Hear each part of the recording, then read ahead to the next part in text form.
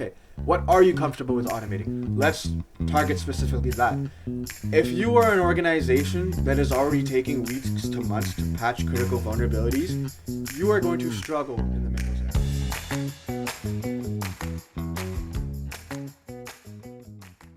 Welcome to Inside the Mesh.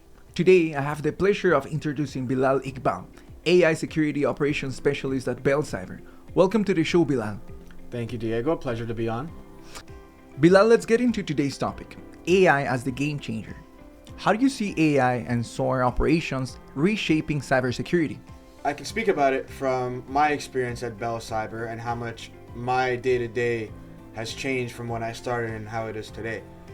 There's a lot less manual, repetitive work that we're doing today compared to what it was even 1, 2, 3 years ago. Specifically, incident ticket handling, looking at information from different technologies and vendors. Stuff that we had to do manually is now automated. It's a single pane of glass thanks to automation, where all the information that we need to make a decision is available to us right away. And so really the day-to-day focus is now more on what's important, which is the investigation part of things, security policy, really digging into what's going on, how we can improve our alerting, how we can just be faster and address things in just a better way. And what do you do with that much free time that you have now, that you're introducing a lot of automation to help you with your investigations, with pulling data from lots of different sources? How do you utilize this free time? Well, for our clients, that means that in general, when you have less alert volume, for example, that means I can dedicate more time to the incidents that do require my expertise. I can be more thorough as we have all of these different vendors and threat intelligence sources giving us this information right away. So the decision making is a lot better for our clients, as well as we focus on when you're not, handling hundreds of tickets a day manually, you can really look at more improvements to the alerting, to the playbooks that we have. In general, it's a lot more meaningful work for our clients. Obviously, so you now have the ability to give high quality investigations rather than concentrating on the volume. And this is the importance of, well, a portion of what we are doing at this point of time. We're not just reducing the false positive rate and the alert fatigue and all of that. We're concentrating on critical incidents, high severity incidents, behaviors that look odd, that could perhaps mean that there is something bigger going on, and give all our attention to those. Apart from other aspects of cybersecurity that we can concentrate on, like creating new strategies, creating new use cases, creating new detection rules, and new correlations to help with these investigations, and ultimately to help the analysts to do a better job. Absolutely, and the last thing I want to add to that as well is a big part is the consistency of the investigation. Because we're pulling all this information, it doesn't matter if I'm looking at the incident or someone who else is looking at the incident. They are the way we handle the investigation is a lot more consistent. We're consistently checking, IP reputation. We're consistently checking all these different things on each incident ticket. Bilal, from your point of view, what are the challenges that traditional MSSPs still have, and how did Bell Cyber overcome some of those? The biggest challenge is still visibility. Having all the information available to make decisions, to handle alerts and all of that. And credit to our professional services team. Bell Cyber, we have ingested logs we're vendor agnostic. We do not care what vendors, what technologies our clients use. Our business model is designed to ingest all of that. And credit to our professional services team. They've come up with solutions for all sorts of different logging formats, all sorts of different technologies. I really struggle to think of a scenario where a client said, hey, I want to ingest this technology, I need logs from it, that we have not delivered on. I really struggle to think of that. So we get logs from everywhere, and we make sure that we have visibility from all of your different log sources, as we said. Obviously, you cannot protect what you cannot see, and that's the benefit of not just relying on one single vendor for the purpose of gaining that visibility and having that extra support, no matter what technology or solution we're ingesting. We need to be ready to be able to obtain any logs and be able to parse any of those in real time in order to provide our clients with that service that they are expecting. Now, what challenges do you think we are facing at this point of time? For us, really, the biggest challenge is obviously we do things different than traditional MSSPs, and a big part of that is the automation piece, right? And I mentioned earlier about the automation that goes into incident handling and ticket handling, but we really want to take it a step further and go from not just the notifying and the alert, but the containment aspect of things, and we do that via our playbooks that we have. So one of the challenges that we face is clients being resistant to adopting those automation playbooks, and obviously part of my day-to-day is tackling those changes, and what I found really works is we have our traditional playbooks, or our templates, you want to say, for specific alerts that we know are noisy and whatnot. But what we can do is take it a step further and customize those playbooks to not just the client's needs, but what they're comfortable with doing. And that really has helped us push the adoption rates higher and higher. When the client has, challenges with the automation, I don't want to automate this, I don't want to automate this. Okay, what are you comfortable with automating? Let's target specifically that. And what I found is when we start with that and they see the results coming in from it, you see your lower metrics, you see the workload that is reduced, not just on our side, but the client side. Then they come and say, okay, let's go a step further. Let's automate more and more and more. And so that's the challenge we have, and it's one that we're making progress on, and we're overcoming.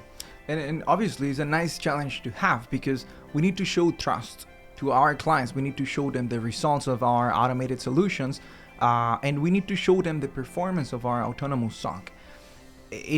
I would also be concerned if you come and tell me, hey, we want to automate all these processes, if I don't have any evidence of real scenarios where this automation helped them or helped us fix anything. Yeah, it's not easy to give up control of your environment. It's not easy for me to be a client that, hey, I want control of your Azure environment, for example. It's not an easy thing, so we absolutely have to build that trust. Correct. And then it's great that we have demonstrated for the last 3 years, ever since we implemented the concept of the cybersecurity mesh architecture and we started adding the ASOC on top of it, how we are building that trust and how we took the clients from 0 to 100 in terms of automated responses to containment, automated responses to eradication of the threats, and so forth and so on. Absolutely, yeah.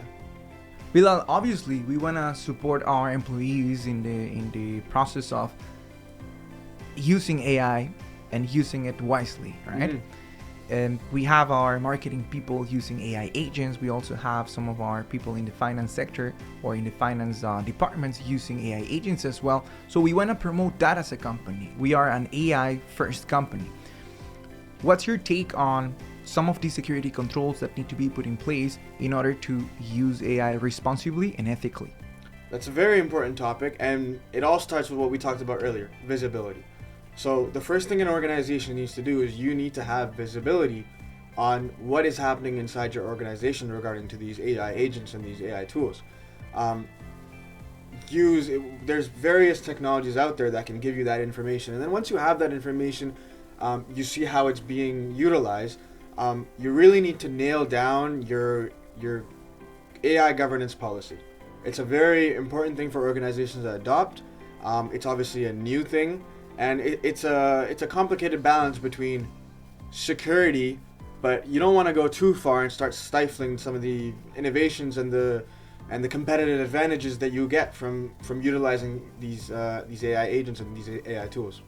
Correct. And again, obviously, we're promoting innovation, but it does require a lot of education and a lot of training to all the employees, not only at Bell Cyber, but also out there in our client environments in order to properly use these tools. But if they want to implement any AI solutions, any agents on their environment to take on these repetitive tasks, it is important to have some guardrails in place, some policies, and some governance around these strategies, right? Exactly, yeah. What's your take on Mythos? Mythos is a very interesting topic, and it's a game changer in how companies are going to have to handle security. It's really going to increase the urgency and the seriousness that companies have towards cybersecurity, and I'll explain why. One of the biggest attack surfaces, or one of the biggest threats to any organization is zero-day vulnerabilities. Zero-day vulnerabilities are obviously very dangerous because you don't know if they exist. You don't know, there's no patch available for it, right? It's one of the most common ways that any tool or organization gets breached is attackers exploiting zero-day vulnerabilities that they found. So what Mythos is going to do is going to reduce the time that it takes an attacker, and to be fair, defenders as well, to finding these zero-day vulnerabilities in software and technology that you use. And that's a very, very dangerous aspect. So I really want my clients to work under the assumption that these 0 days exist. Attackers are going to find them.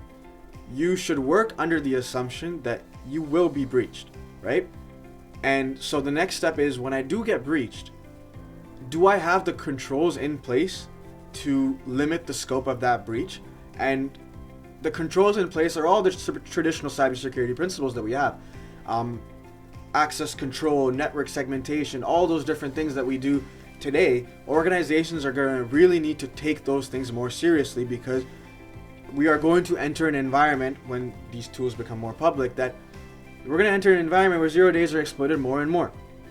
And obviously we can hope that the technologies also help the defenders more than the attackers, but that's you can't work under that assumption. It's not the safe thing to do. And so you really have to start tightening your controls from top to bottom, conducting some reviews. Increase the frequency that you do those reviews is very important. Things are going to be changing, and one of the biggest things is patch management and the patch cycles that companies have. If you are an organization that is already taking weeks to months to patch critical vulnerabilities, you are going to struggle in the Mythos era, right? You're going to have vulnerabilities be discovering potentially critical vulnerabilities potentially every day, every week, right? So one of the things you can do right away to prepare for this is to reduce your patching cycle, right? Reduce the time it takes from a vulnerability being released to patched. Shorten that time down as much as you can. Implement new controls, new technologies to reduce that. That is going to help one aspect of the changes that are coming with Mythos, but again, you still have to operate under the assumption that those 0 days exist, they're going to be breached. Do I have the controls in place? And that's what it boils down to. So cybersecurity teams need to be a lot more aggressive in terms of patching their vulnerabilities and addressing them as well. So it's going to change, obviously, the Absolutely. way cybersecurity teams and the way some of these companies, especially companies in the context of critical infrastructure, are addressing those and are prioritizing those as well, depending on what's the exploitability for each one of these new things that are discovered based on these Mythos and frontier AI security, open AI security models that are obviously helping us and helping attackers as well, finding those vulnerabilities and finding appropriate exploits for those. Yeah, I couldn't agree more.